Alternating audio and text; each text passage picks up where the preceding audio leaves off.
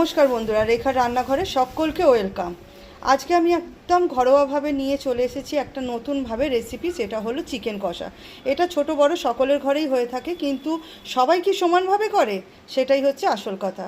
আমি কিভাবে করি একদম ঘরোয়াভাবে, ঘরোয়া মশলা দিয়ে, সেটাই তোমাদের কাছে তুলে ধরবো, যেটা খুব সহজেই করতে পারবে আর খেতেও খুব টেস্ট হবে। সেরকমভাবে আমি তোমাদের কাছে তুলে ধরছি, যার জন্য আমি এখানে চিকেনটা কিন্তু ধুয়ে রেখে দিয়েছি। আমি এখানে কোনো রকম টক দই ব্যবহার করব না। এখানে আমি চিকেনটা পরিষ্কার করে নিয়ে ধুয়ে রেখে দিয়েছি। আর এখানে নিয়ে নিয়েছি কুচনো পেঁয়াজ, টমেটো কুচো, ক্যাপসিকাম কুচো, আর এখানে কেটে রেখেছি আলু। এই চিকেন কষাটা না আমি শুকনো শুকনো করব, না খুব পাতলা ঝোল করব, কিন্তু চিকেন কষাটা শুকনোও করব না, আবার পাতলা ঝোলও করব না, কিন্তু কিভাবে করব সেটাই তোমরা দেখতে থাকো। আর ঘরোয়া কী কী মশলা ব্যবহার করব সেটাও তোমাদের কাছে তুলে ধরবো। খুব কম সময় আর খুব ঘরোয়া মশলা দিয়ে এই চিকেন কষা আমি তোমাদের কাছে তুলে ধরছি। প্রথমেই আমি কড়ার মধ্যে খানিকটা সর্ষের তেল দিয়ে দিয়েছি। এবার এই তেলের মধ্যে আমি একে একে আগে এই যে টুকরো করে রাখা আলুগুলো ভেজে নেবো।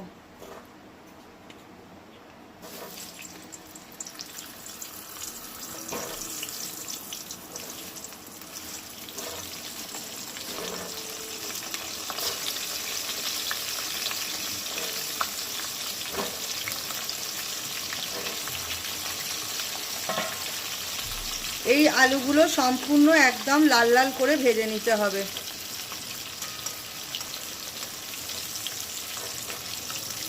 আলুগুলো কিন্তু একদম দেখেছো কেমন লাল লাল করে ভেজে নিয়েছি। এবার আলুগুলো এই ডিশের মধ্যে তুলে নিচ্ছি।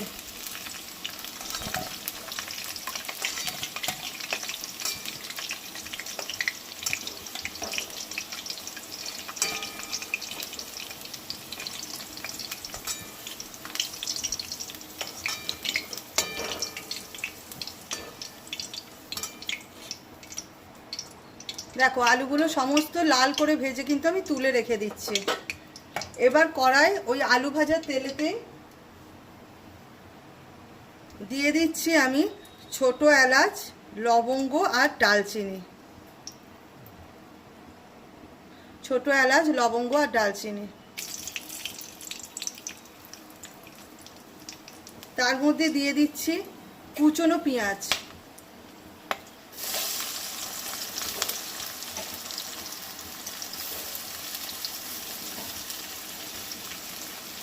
এই কুচনো পেঁয়াজটা কিন্তু খুব ভালো করে লাল করে একদম ব্রাউন কালারে ভেজে নিতে হবে।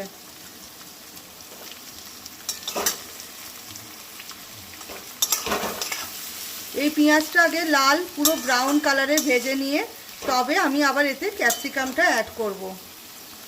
পেঁয়াজটা খানিকক্ষণ লাল পুরো ব্রাউন কালারে ভেজে নিতে হবে।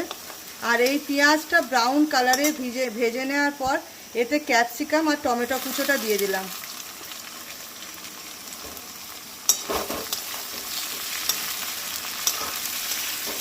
এবার এই ক্যাপসিকাম আর টমেটো কুচোটা খুব ভালো করে ভেজে নিতে হবে, যাতে টমেটোর কাঁচা গন্ধটা চলে যায়।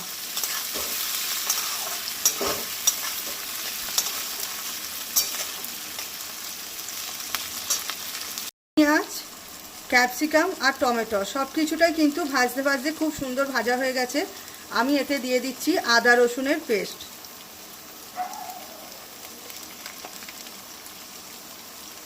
এই আদা রসুনের পেস্টটা দিয়ে কিন্তু খুব ভালো করে ভাজতে হবে।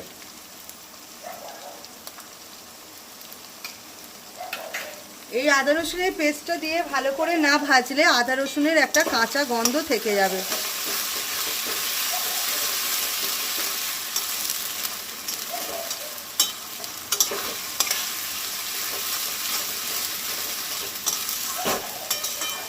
এইভাবে আদা রসুনের পেস্টটা এবার খুব ভালো করে আমাদের ভেজে নিতে হবে।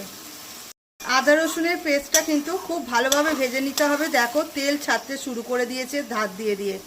এবারে এতে আমি একে একে মশলা অ্যাড করব। এতে আমি প্রথমেই দিয়ে দিচ্ছি হলুদ গুঁড়ো,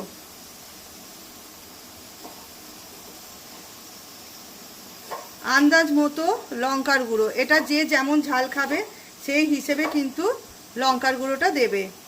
দিয়ে দিচ্ছি জিরের গুঁড়ো,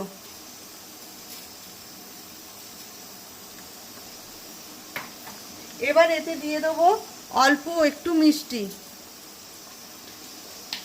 এটা কালার আর টেস্ট আসার জন্য। এখানে আমি কোনো কাশ্মীরি লঙ্কার গুঁড়ো ব্যবহার করছি না। লবণ দিয়ে দিচ্ছি, লবণটা আন্দাজ মতো দেবে। আর দিয়ে দিচ্ছি অল্প একটু সস।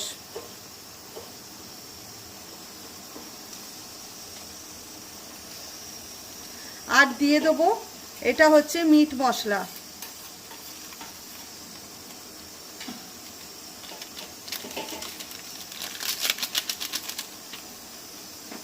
এবার সমস্ত মশলাকে একসাথে খুব ভালো করে এবার শুধু কষাতে থাকবো, যতক্ষণ না তেল ছেড়ে দিচ্ছে মশলা থেকে ততক্ষণ আমি কষাতে থাকবো। দেখো মশলাটা কিন্তু দুর্দান্তভাবে কষা হয়ে গেছে, সমস্ত চারিদিক দিয়ে তেল বেরিয়ে গেছে। এই মশলার ওপর এবার চিকেনটা দিয়ে দেবো।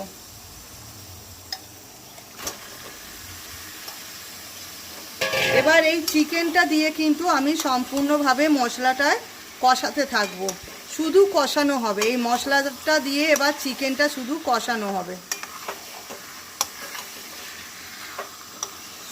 যত কষানো হবে ততই কিন্তু টেস্ট হবে।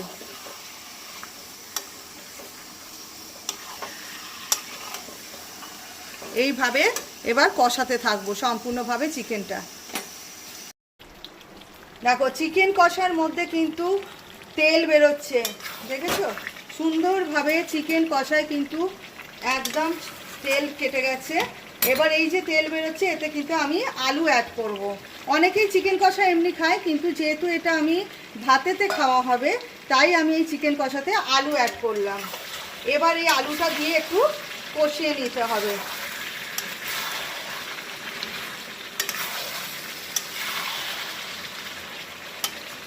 চিকেনটা এমনভাবে কষাবে যেন তেল ছেড়ে যায়।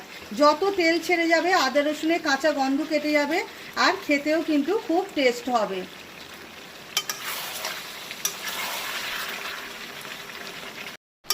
মাংসটা কষানো দুর্দান্তভাবে হয়ে গেছে বন্ধুরা। এই দেখো তেল ছেড়ে দিয়েছে। এবার এতে আমি অল্প করে একটু জল অ্যাড করব। আমি বলেছি এটা কষাও হবে না আর অনেক ঝোলও হবে না, ঠিক আছে? এটা অল্প করে একটু জল দিয়ে দিলাম। এবার এটা একটা ঢাকা দিয়ে আমি খানিকক্ষণ এটা ফুটতে দেবো। তোমাদের কাছে তুলে ধরলাম কষা কষা চিকেনের ঝোল। এটা যেহেতু ভাতে খাওয়া হবে তাই ঝোলটা রাখতে হয়েছে। এতে ওপরে নাবিয়ে দিয়ে দিচ্ছি গরম মশলার গুঁড়ো। তো তোমরা দেখে বলো, চিকেনের ঝোলটা খুব কম সময়ে একদম ঘরোয়াভাবে ঘরোয়া মশলা দিয়ে তৈরি করলাম, ঠিক আছে? চিকেনের কষা কষা ঝোল কেমন লাগলো তোমরা জানিও। যদি ভালো লেগে থাকে চ্যানেলটা সাবস্ক্রাইব করতে ভুলো না।